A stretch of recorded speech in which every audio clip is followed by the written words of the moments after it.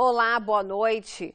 Imagine um prejuízo que, de acordo com o Ministério Público, chegaria a 15 milhões de reais. Em Itapetininga foram apreendidos dinheiro e vários documentos que podem comprovar fraude fiscal em postos de combustíveis na região. A suspeita é que um empresário da cidade chefiava todo o esquema. A operação conjunta entre a Secretaria da Fazenda do Estado e o GAECO de Sorocaba apreendeu documentos, computadores e pendrives de Edson Luiz Benedetti Rosa, apontado como articulador da fraude. O empresário de Itapetininga possui postos em 6 cidades. Só em Sorocaba são 3. Segundo as investigações, o operador do esquema comprava etanol direto das usinas e revendia a preços até 15% mais baixos. Para dar aparência de legalidade ao esquema e também enganar a fiscalização, ele usava notas fiscais frias de distribuidoras de combustível. A suspeita é que ao menos 15 milhões de reais em impostos tenham sido sonegados. A Agência Nacional do Petróleo proíbe a compra de etanol das usinas sem o intermédio de uma distribuidora. É nessa transação que o Estado recolhe o Imposto sobre Circulação de Mercadorias e Prestação de Serviços, o ICMS. Agora a Secretaria da Fazenda vai avaliar todo o material apreendido e comprovar se houve realmente a fraude fiscal. Ainda de acordo com a Secretaria da Fazenda, o foco da Operação Golias é apurar indícios de sonegação fiscal. Todo o material apreendido, como já disse o Pedro, será analisado e, constatada a suspeita de participação na fraude fiscal, serão aplicadas penalidades como multas. Cabe ao Ministério Público investigar a prática de outros delitos e adotar as medidas necessárias. Filha, esposa e o suboficial da Marinha foram feitos reféns durante assalto em Sorocaba. Detalhe, os 3 bandidos eram menores de idade. O crime foi no bairro Nova Ipanema, zona norte de Sorocaba. Os ladrões dominaram a esposa e a filha de Robson, suboficial que trabalha na base de Aramar, em Iperó. Por volta de 8 horas da noite, estava jantando. 2 elementos pularam para dentro da minha residência, que inclusive é uma residência da Marinha, do próprio Nacional Residencial, e o outro chamou. Quando minha esposa tentou se deslocar para ver, já foi rendida do lado de fora com uma faca na barriga. Depois de roubar objetos da casa, os menores usaram o carro da família para sequestrar Robson. Durante o sequestro relâmpago, o militar foi ameaçado de morte. De acordo com a vítima, os menores diziam que não seriam presos. Disseram que ele não vai chamar a polícia não. Aí um outro disse, não, mas também se chamar, a gente for pego, não dá em nada, a gente só entra pela porta e sai pela outra. Os ladrões libertaram o militar no Parque São Bento, a 5 quilômetros daqui, e de lá fugiram com o carro da vítima. Na madrugada desta sexta-feira, a polícia militar encontrou 2 suspeitos perto de um baile funk, também na zona norte de Sorocaba. Com os adolescentes de 15 e 17 anos, a polícia apreendeu o carro roubado, drogas e um relógio da vítima. Eles foram encaminhados para a Fundação Casa. É uma pena que a gente não possa mostrar a cara deles. E durante a tarde, o 3º suspeito foi detido e reconhecido pelas vítimas. Depois de perseguição, um pintor de 30 anos foi preso com meio quilo de drogas em Tatuí. Segundo a guarda, o suspeito tentou fugir de carro e chegou a jogar vários pacotes pela janela. Ao fazer uma manobra, o homem perdeu o controle do carro e bateu em um caminhão. Uma outra pessoa que também estava no veículo conseguiu fugir. O pintor foi levado à delegacia e permanece à disposição da justiça. O caminhoneiro passa bem.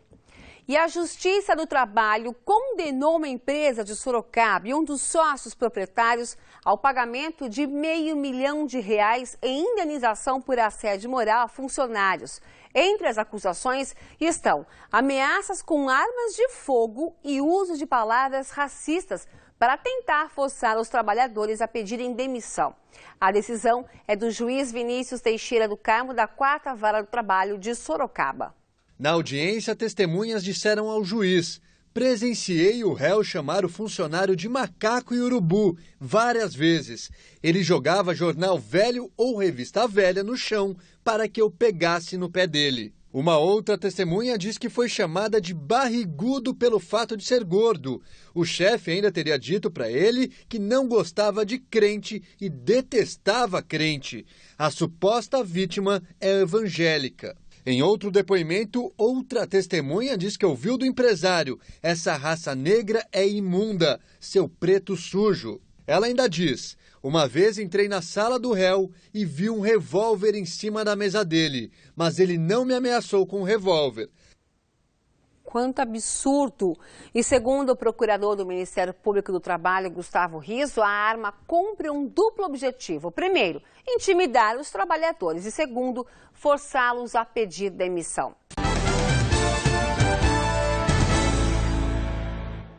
A Prefeitura de Votorantim encontrou a família do morador de rua que se abrigava em um ponto de ônibus da cidade. Segundo a assessoria, a família que é de Sorocaba não aceita que ele volte para casa.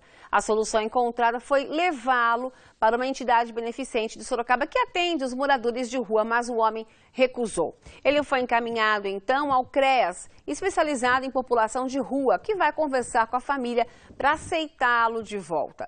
De acordo com moradores, Guilherme Marques de Brito, de 37 anos, já estava no ponto há mais de 10 dias. Eu disse que hoje, sexta-feira, a nossa equipe voltaria ao Centro de Educação 90 em Sorocaba, que foi invadido por bandidos por 6 vezes. A Prefeitura disse há 3 dias que iria instalar as câmeras de segurança para coibir a ação de criminosos. Veja o que encontramos. Na secretaria, os fios estão aparentes. Eles devem ser conectados a câmeras de videomonitoramento, mas até o início da tarde desta sexta-feira, os equipamentos não foram instalados. Em outras áreas da escola, como no pátio e na cozinha, a parte da fiação está pronta, porém, ainda não há sinal de alarmes ou câmeras. As 2 filhas de Janaína estudam no SEI. Ela não acredita que o sistema de segurança resolva totalmente o problema. Acho que deveria ter uma segurança, um guarda, alguma coisa aqui, porque câmera, esse negócio de câmera não segura nada. Os pais afirmam que à noite a insegurança aumenta e pedem apoio da polícia. Segurança à noite, né? Tem que ser à noite, porque de dia não resolve, né? Tinha guarda municipal tomando conta da escola, tiraram e devia de voltar. Foram 6 invasões só neste mês. A escola chegou a ser alvo em 2 dias seguidos, segunda e terça-feira. Mais de 100 quilos de mantimentos foram furtados, além de liquidificador e batedeira. Na sexta-feira passada, os alunos do período da manhã tiveram que ser dispensados, mas nos outros dias, a empresa que fornece os alimentos repôs o estoque e as refeições foram servidas normalmente. Em todas as vezes, os bandidos entraram por esta janela.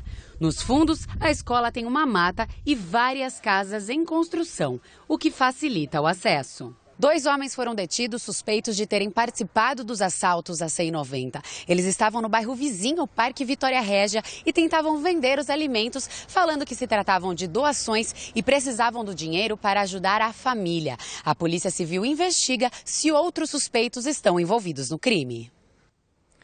A nossa equipe entrou em contato com a Prefeitura de Sorocaba para saber se concluíram a instalação e por telefone disseram que ainda não. Já em nota informaram ainda que o sistema vai atender mais 330 creches e para terminar todo esse processo leva até 3 meses.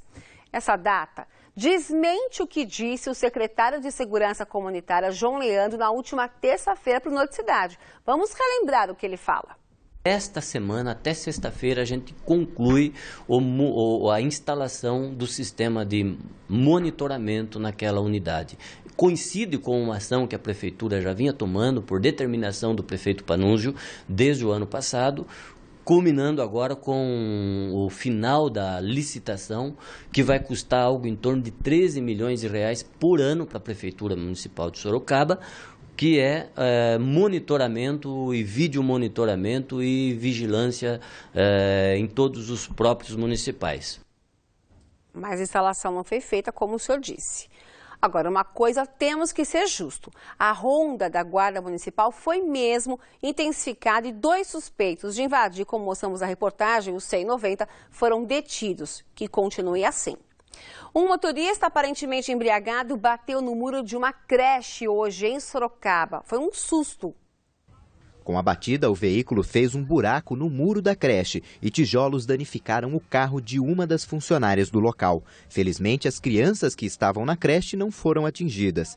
Já um morador do bairro teve ferimentos leves. O teste do bafômetro feito pela polícia apontou que o homem, de 61 anos, havia ingerido bebida alcoólica. Segundo testemunhas, depois de bater no muro da creche, o motorista ainda tentou engatar a ré para sair daqui. Como o carro já estava danificado, ele não conseguiu. Então tentou sair a pé, mas foi detido por moradores do bairro. O carona também parecia ter bebido e mal conseguia usar o celular. Os dois falavam coisas sem sentido enquanto o carro era guinchado. O motorista, inclusive, tomou uma garrafa de molho de pimenta que dizia ser café. Pimenta! Quanto bebe esse café?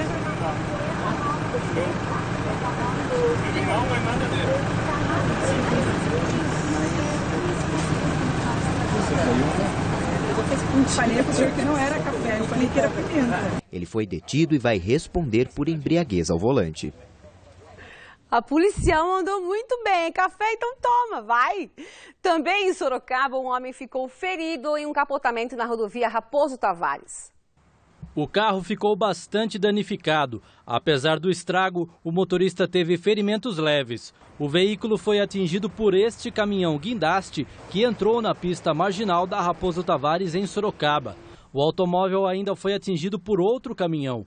Como parte da pista foi interditada, o tráfego ficou intenso na pista sentido interior. O local já foi liberado.